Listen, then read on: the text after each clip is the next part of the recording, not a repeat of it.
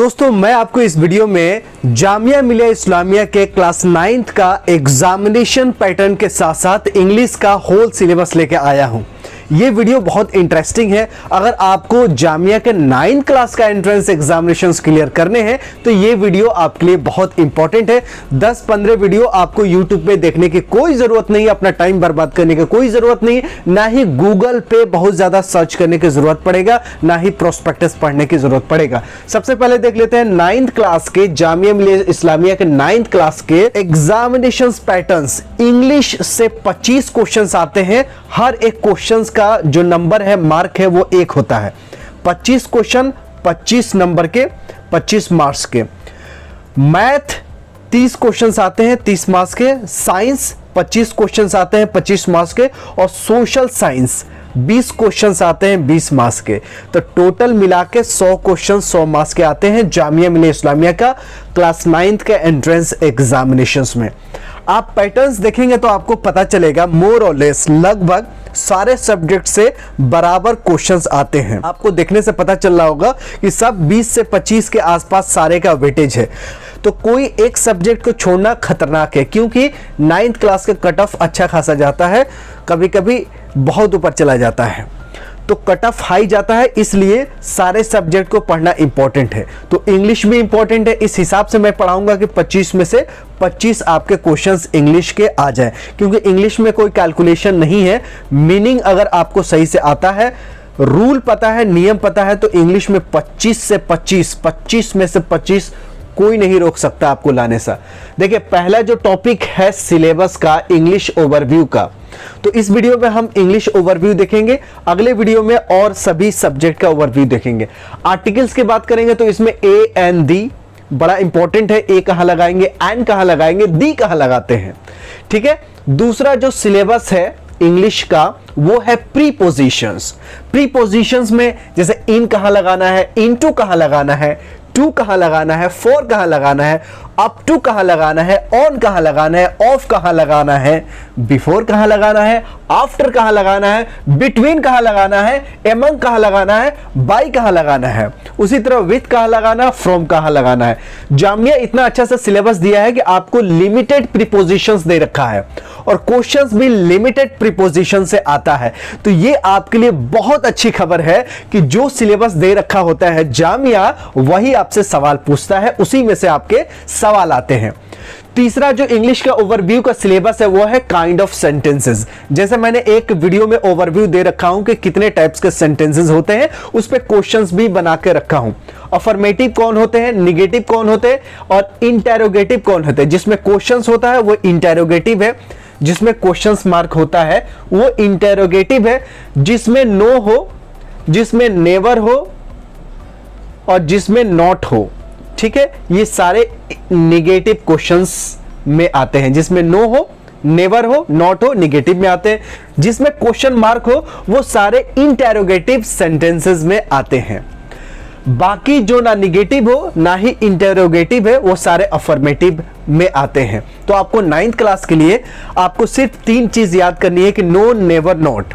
अगर जिस सेंटेंस में है वो निगेटिव है, जिसमें क्वेश्चन मार्क है वो इंटेरोगेटिव है, जिसमें क्वेश्चंस पूछा जा रहा है। जैसे पुलिस कभी इंटेरोगेट करती है, पूछताछ करती है, तो उसके बोलते हैं कि इंटेरोगेशन चल रहा है। तो आप कोई भी सेंटेंस देखेंगे, अगर उसमें लास्ट में ये है, क्वेश्चन मार्क है, प्रश्नवाचक चिन्ह है, तो इसका मतलब क्या है कि वो इंटेरोगेटिव सेंटेंस है। अगर किसी सेंटेंस में नो आए, नेवर आए, नॉट आए, तो वो निगेटिव सेंटेंस है। अगर ना ही कोई सेंटेंस निगेटिव हो ना ही इंटेरोगेटिव है, इसके मतलब क्या है कि वो सेंटेंस अफर्मेटिव है। ना ही निगेटिव है ना ही इंटेरोगेटिव है, इसके मतलब वो सेंटेंस अफर्मेटिव है। अब देखते हैं अगला ओवरव्यू इंग्लिश का। चौथा नंबर पे है एंटोनिम्स एंड सिनोनिम्स। सिनोनिम्स मतलब मान लीजिए कि मेरा नाम है रवि और मेरा ही नाम है गुड्डू भी है, तो मैं गुड्डू भी हूं और रवि भी हूं। मतलब एक चीज का बहुत सारे नाम होते हैं। जैसे पानी को कोई जल भी बोलता है, पानी को कोई वाटर भी बोलता है, इसको नीर भी बोलते हैं। तो पर्यायवाची शब्द मतलब सिनोनिम्स, सेम नाम, चीज एक ही है, उसके अनेक नाम हैं। एक ही चीज का अनेक नाम को सिनोनिम्स बोलते हैं। और एंटोनिम्स वो होते हैं जो एक शब्द हो उसका उल्टा हो। जैसे कि आग का पानी हो सकता है, रात का दिन हो सकता है, अंधेरे का उजाला हो सकता है, उल्टा शब्द उसको बोलते हैं एंटोनिम्स। शब्द से ही पता चल रहा है कि एंटी है, एक दूसरे के एंटी है, तो वो एंटोनिम्स होता है। पांचवा जो है direct and indirect speech. Direct और इनडायरेक्ट में, कहीं डायरेक्ट दे रखा है उसको इनडायरेक्ट में चेंज करना होता है, कहीं कहीं इनडायरेक्ट स्पीच दे रखा होता है उसको डायरेक्ट में चेंज करना होता है। तो ये नरेशन जो है डायरेक्ट और indirect, reported speech something like that, वो सब हम पढ़ेंगे नरेशंस में, मतलब डायरेक्ट और इनडायरेक्ट स्पीच। छठवा है जो बहुत इंपॉर्टेंट है, एक्टिव एंड पैसिव। ठीक है, एक्टिव से कैसे पैसिव बनाएंगे और पैसिव से कैसे एक्टिव बनाएंगे वो हम पढ़ेंगे ये छठवां नंबर पे टॉपिक पे, जो कि इंग्लिश के सिलेबस है जामिया के 9th क्लास में।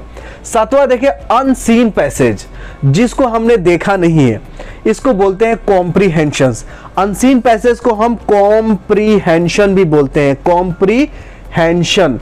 ठीक है, कॉम्प्रीहेंशन मतलब होता है समझ। समझ मतलब ये होता है कि एक कहानी लिखी रहेगी, एक मान लीजिए इसमें कहानी लिखी रहेगी और इसी कहानी पे 1 2 3 4 5 क्वेश्चंस दे दिए रहेंगे। हो सकता है 6 भी हो सकता है, 7 भी हो सकता है। तो एक पैसेज होगा, मतलब एक कहानी होगी और उसको कहानी को पढ़ना है, पढ़ के उसी के बेसिस पे क्वेश्चन बनाना है।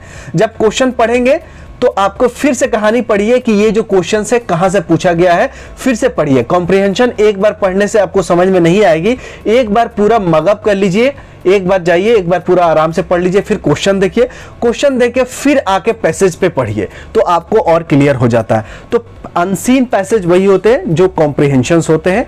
आपको देखने में, सुनने में आपको लगता होगा भाई क्या है ये अनसीन पैसेज, ये कॉम्प्रिहेंशंस है। तो मोटा मोटी समझ लीजिए कि इंग्लिश में 25 में 25 नंबर लाना है तो जामिया ने जो प्रिस्क्राइब्ड सिलेबस कर रखा है इसको तो आपको सही से पढ़ लेने हैं। उसके बाद इसको पढ़ने के बाद आपको हर क्वेश्चंस आसान लगने लगेगा और इतना मैं ऑब्जेक्टिव क्वेश्चंस करवा दूंगा इंग्लिश का, इतना टेस्ट हो जाएगा और इतने अच्छे से पढ़ा दूंगा कि आपको इंग्लिश का कोई भी क्वेश्चंस छूटने वाला नहीं है और आपका एंट्रेंस एग्जामिनेशंस बहुत ही आसान हो जाएगा। हम लोग आपको चीज़ों को आसान करने के लिए है। वैसे तो बुक में सारे सिलेबस दे रखे होंगे और आपने पढ़ा भी होगा और आपके घर पे बहुत सारे लोग पढ़े लिखे होंगे जो आपको पढ़ाए भी होंगे, आपने ट्यूशन में भी पढ़ा होगा, आपके पास बुक्स है, स्कूल में भी पढ़ते होंगे, लेकिन मैं आपको इतना आराम से पढ़ाऊंगा, इतना आसानी से पढ़ाऊंगा, ये सब चीजें बहुत आसान लगने लगेगी क्योंकि हमारा मकसद है चीजों को आसान बनाना, आपका एंट्रेंस एग्जामिनेशंस आसान करना और आपका सिलेक्शंस पक्का करना। इस हिसाब से पढ़ाते हैं हम लोग। तो मुझे उम्मीद है कि आपको ये वीडियो पसंद आई होगी। तो फिर मिलते हैं अगली वीडियो में एक नए फ्रेश कंसेप्ट के साथ। तब तक you take good care of yourself. जय हिंद।